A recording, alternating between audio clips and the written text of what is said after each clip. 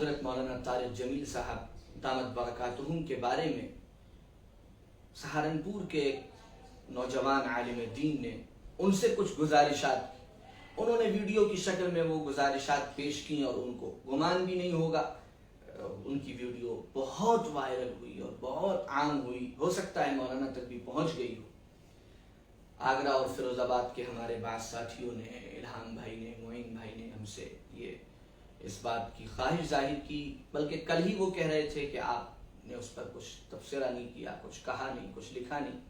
میں نے کہا انشاءاللہ دیکھتا ہوں کل دوران درس اگر ذہن میں بات آئی تو کچھ عرض کر دوں گا. حضرت مولانا طارق جمیل صاحب دامت برکاتہم جو جس لیول کی شخصیت ہے، تو ان کا معاملہ یہ ہے کہ ان کی ہر بات کو لوگ بہت زیادہ اہمیت دیتے ہیں اور توجہ دیتے ہیں. لیکن کل جب میں نے وہ ویڈیو دیکھی تو میں حیران رہ گیا، اور جس بات کو بنیاد بتا کر ہمارے ان فاضل نوجوان بھائی نے مولانا پر اعتراض کیا ہے، اس بات کا اس عمل سے کوئی جوڑ ہی نظر نہیں آئی. انہوں نے مولانا پر اعتراض کیا کہ مولانا نے بیان میں واقعہ سنایا کہ اللہ کے رسول صلی اللہ علیہ وآلہ وسلم کے سامنے سے ایک یہودی کا جنازہ گزرا اور آپ کھڑے ہو گئے.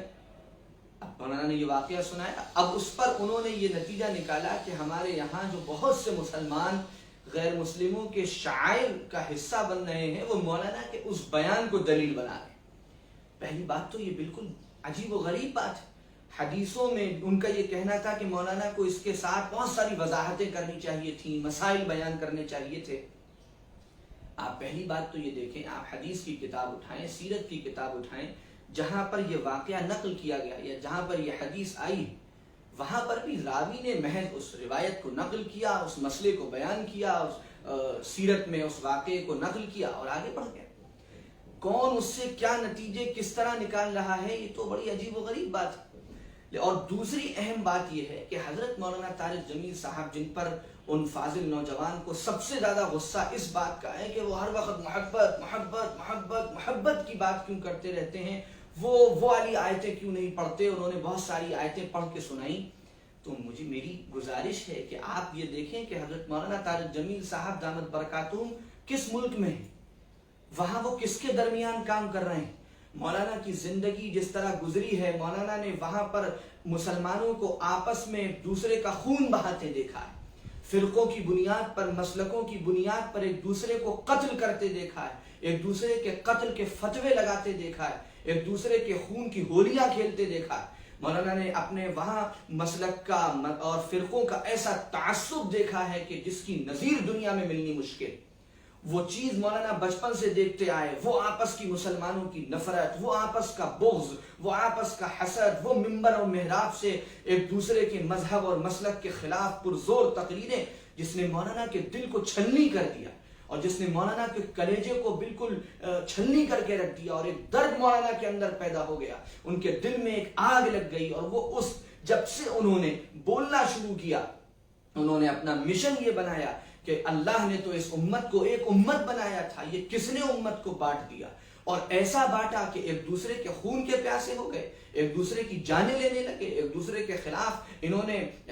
ہتھیار اٹھا لیے، ایک دوسرے کو مارنا کاٹنا شروع کر دیا. مولانا نے اس آگ میں، اس طوفان میں، مولانا نے نفرت کی اس آندھی میں، مولانا نے ان نفرت کے اور ایک دوسرے کے خلاف بغض اور ایک دوسرے کے خلاف دشمنی کے ان شعلوں کے درمیان، مولانا ان لوگوں میں سے تھے بڑے پیمانے پر جنہوں نے یہ کام شروع کیا کہ محبت کے پھول لے کر کھڑے ہوئے اور پھر خود پھول بانٹنے شروع کیے اور ماحول کو ٹھنڈا کرنا شروع کیا اور آگ بجھانی شروع کی اور نفرت کے تھپیڑوں کو محبت کی ٹھنڈی ہوا سے دور کرنا شروع کیا. اور اللہ نے پھر ان کو کامیابی عطا فرمائی، اور ایسی کامیابی عطا فرمائی کہ نہ صرف یہ کہ مولانا نے اپنی ذات سے بڑے حد تک ماحول کو ٹھنڈا کیا، بلکہ مولانا نے بڑے بڑے فرقوں کو قریب کر دیا، بڑے بڑے مسلکوں کو قریب کر دیا. امت واحدہ کی ایک چمک مسلمانوں میں وہاں نظر آنے لگی. تو مولانا کی پوری زندگی اسی مشن میں گزری ہے. انہوں نے کام وہاں کیا ہے، وہاں پر غیر مسلم بہت تھوڑی سی تعداد میں، وہاں پر جو خوریزی ہے، وہاں جو جھگڑے ہیں، وہاں جو اختلافات ہیں، وہاں جو قتل و غارت گری ہے، وہ آپس میں اپنے بھائیوں کے درمیان مولانا نے اس آگ کو بجھانا شروع کیا. لیکن پھر اللہ کا یہ کرم تھا کہ مولانا نے آواز لگانی شروع کی اپنے ملک میں، لیکن اللہ نے ان کی آواز کو وہ تاثیر دی، وہ قبولیت دی، وہ محبوبیت دی، وہ مقبولیت دی، وہ پیار دیا کہ اللہ نے دنیا کے کونے کونے میں ان کی آواز پہنچائی. دنیا کے کونے کونے میں ان کے ایسے دیوانے، ایسے شیدائی، ایسے محبت کرنے والے کھڑے کر دیے جس کی اس دور میں نظیر بر صغیر میں تو کم از کم مشکل. تو یہ مرجعیت، یہ محبوبیت، یہ مقبولیت اللہ نے عطا فرمائی. تو پہلی بات تو ان کے بیان کو ان کے وہاں کے پس منظر میں سمجھنے کی ضرورت ہے، ان کے وہاں کے پس منظر میں دیکھنے کی ضرورت ہے. اور یہاں پر یہ جو کچھ ہو رہا ہے اس کا کوئی تعلق اس واقعے سے کوئی جوڑ ہی نہیں. اور اگر آپ کو یہ لگتا ہے کہ یہاں کے مسلمان اتنی چھوٹی چھوٹی باتوں سے اتنے بڑے بڑے استنباط کرتے ہیں تو زبانیں ان کے خلاف کھولیے، اعتراض ان پر کیجئے جنہوں نے پچھلے 40 50 60 70 سالوں سے شرک اور اعمال شرک اور شعائر شرک اور کفر کی نفرت دلوں سے نکالی ہے. میں کسی کا نام لینا نہیں چاہتا، سب سمجھدار لوگ ہیں کس طرح شرکیہ پروگراموں میں اور شرک کے تہواروں کے موقعوں پر خوبصورت دعوتوں میں کون شریک ہوتا ہے، کون شامل ہوتا ہے، کس نے اپنے اسٹیجوں کو دوسروں کے حوالے کیا، کس نے بہت ہی پرفریب نعروں کے ساتھ امت کے اندر سے توحید کی رمق کو اور توحید کی محبت کو اور توحید کی عظمت کو اور توحید کے احترام کو نکالا. یہاں پر جو کچھ ہوتا رہا اور سالوں سے ہوتا رہا، یہاں کے علماء متوجہ کرتے رہے، یہاں کے لوگوں سے کہتے رہے، اس پر آپ کو اعتراض نہیں ہوا جس نے حقیقت میں اس فاصلے کو کم کیا ہے.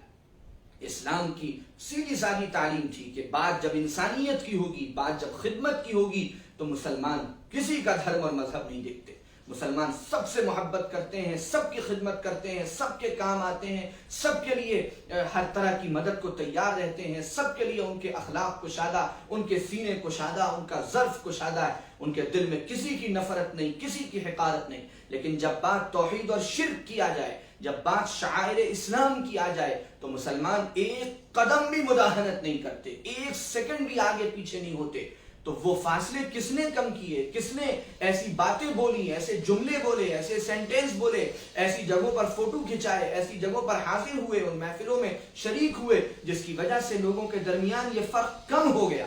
مولانا طارق جمیل صاحب کے ایک بیان کیے ہوئے واقعے کو جو سیرت میں، حدیث میں، کتابوں میں موجود ہے، اس کی بنیاد پر یہاں ہونے والے واقعات کو آپ وہاں سے جوڑ رہے ہیں، یہ کون سی سمجھداری کی بات ہے؟ یہ کہاں کا جوڑ ہے جو آپ نے اپنے آپ قائم کر لیا؟ اس کی اصل ذمہ داری تو کسی اور پر جاتی ہے، اس کی اصل ذمہ داری تو کسی اور کے سر ہے. یہاں کے علماء متوجہ کریں، یہاں کی بڑی بڑی شخصیات بولیں، یہاں کے جو بڑے بڑے تنظیموں کے اور تحریکوں کے اور اداروں کے عہدے داران ہیں وہ اس سلسلے میں واضح موقف مسلمانوں کو بتائیں کہ ہمارا تعلق انسانیت سے، انسانیت کی خدمت کا ہے اور انسانیت کی دنیا اور آخرت میں بھلائی چاہنے کا ہے. لیکن جب بات شعائر کی آ جائے گی، ایمان کے شعائر اور کفر کے شعائر کی، تو پھر کوئی تعلق اس وہاں پر مداہنت کو برداشت نہیں کرتا.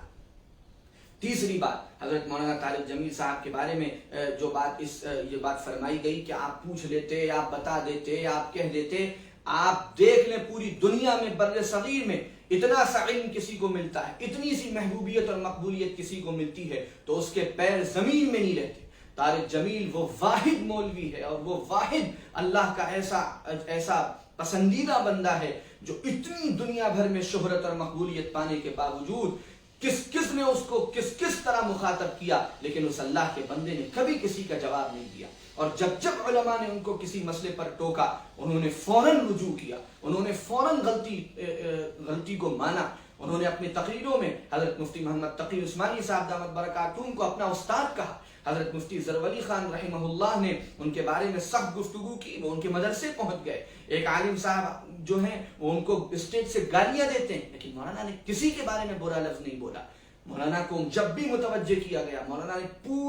پوری صراحت کے ساتھ اپنی غلطی کو قبول کیا ہے. وہ انسان ہے، انسان سے آگے پیچھے ہو سکتا ہے، انسان سے غلطی ہو سکتی ہے، لیکن اتنے بڑے مقام تک پہنچنے کے بعد کوئی انسان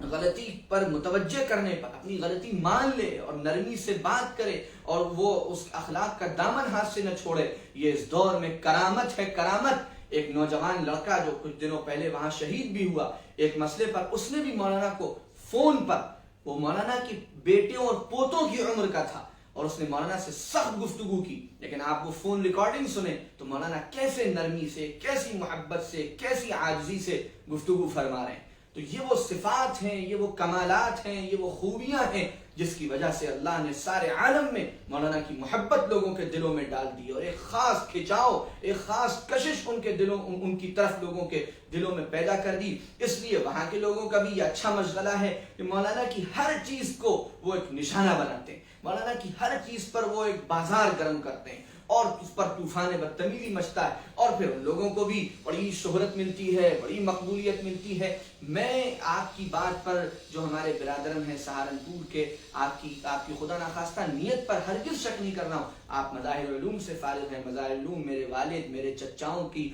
کا محبوب ادارہ رہا ہے، سب وہیں سے فارغ ہیں، مظاہر العلوم سے محبت تو ہمارے رگ رگ میں پیوست ہے، لیکن آپ نے جس واقعے کو بنیاد بنا کر اور جس مولانا کے بیان سے اس کا لنک جوڑا ہے، اس لنک کی کوئی حقیقت ہی نہیں ہے، کہیں سے اس کا کوئی جوڑ ہی نہیں ہے، بلکہ یہ جو کچھ آپ جس کو دیکھ کر آپ کا دل کڑھ رہا ہے، آپ بے چین ہیں، آپ پریشان ہیں، اس کی ذمہ داری کسی اور کے اوپر ہے، کنہیں اور لوگوں پر ہے۔ ان سے کہیے وہ صراحت کریں، وہ اپنے عمل سے پیش کریں، وہ کفر اور اسلام اور شرک اور توحید کے درمیان حد فاصل قائم رکھیں، اور وہ آئیڈیل نمونہ بن کے دکھائیں جس میں پوری انسانیت کی خدمت ہو، پوری انسانیت سے محبت ہو، لیکن توحید کے عقیدے پر ایک زد نہ پڑے، اور شرک کے عقیدے پر کی طرف ذرہ برابر انسان مائل نہ ہو سکے، اور شعائر کفر اور شعائر شرک کی طرف ادنا میلان نہ ہو سکے۔ یہ کسی اور کو دکھانے کی ضرورت ہے۔ جہاں ہم رہتے ہیں اس بڑی تعداد کے ساتھ، جہاں آئے دن ایسے واقعات پیش آتے ہیں، ان حالات کا سامنا کرنا پڑتا ہے، اس کی ذمہ داری مولانا طارق جمیل صاحب کی نہیں ہے، اس کی ذمہ داری اور لوگوں کی ہے، یہاں کے حضرات کی ہے۔ امید ہے کہ میری یہ گزارشات آپ تک پہنچیں گی اور آپ اپنی بات پر نظر ثانی فرمائیں گے اور غور فرمائیں گے، اور اس طرح کی بات کر کے جس سے کوئی حاصل نہیں، اور بلا وجہ مولانا کا ایک ایشو بنا کر اور وہ پھیلا، اور لوگوں نے بھی بہت دلچسپی کے ساتھ اس کو پھیلایا، اور بات کو جوڑنے کی بھی کوشش نہیں کی کہ بھائی اس واقعے کا یہاں کے ان حالات سے کیا جوڑ ہے، کیا مطابقت ہے۔ بس آپ کے کوئی انفرادی واقعہ آپ کے ساتھ پیش آیا ہوگا، کسی ایک دو آدمی نے کہا ہوگا، اور آپ نے اس کی بنیاد پر ایک پوری عمارت قائم کر لی کہ سارا بگاڑ مولانا کی وجہ سے ہو رہا ہے، اور مولانا کی آپ کو مولانا کی محبت پر اتنا اعتراض ہوا۔ آپ پڑھ لیں مشائخ کے حالات، خواجہ معین الدین چشتی کے اور خواجہ نظام الدین اولیاء کے، اور بڑے بڑے مشائخ جو بزرگان دین اور پیران طریقت گزرے ہیں رحمہم اللہ، یہ سب نے آ کر محبت کی ہی کا جام سب کو پلایا۔ اور مولانا تو جس ملک میں کام کر رہے ہیں وہاں 97-98% مولانا کے اپنے ہم مذہب لوگ ہیں، لیکن ان لوگوں نے آ کر جب کام کیا تھا تو انہوں نے تو غیروں کو بھی محبت دی تھی، اور سب کو اپنے سے قریب کیا تھا، اور سب کو اپنے سینے سے لگایا تھا، اور زندگی بھر یہی محنت اور یہی کام کیا تھا، اور لاکھوں لوگوں کو اللہ نے ان کے ذریعے سے ہدایت بھی عطا فرمائی اور توبہ کی توفیق بھی عطا فرمائی۔ اس لیے ایسے مسائل پر بہت غور و فکر کرنے کے بعد ہمیں کچھ اظہار خیال کرنا چاہیے۔ اللہ تعالیٰ صحیح بات سمجھنے اور کہنے کی توفیق عطا فرمائے۔ السلام علیکم ورحمۃ اللہ وبرکاتہ۔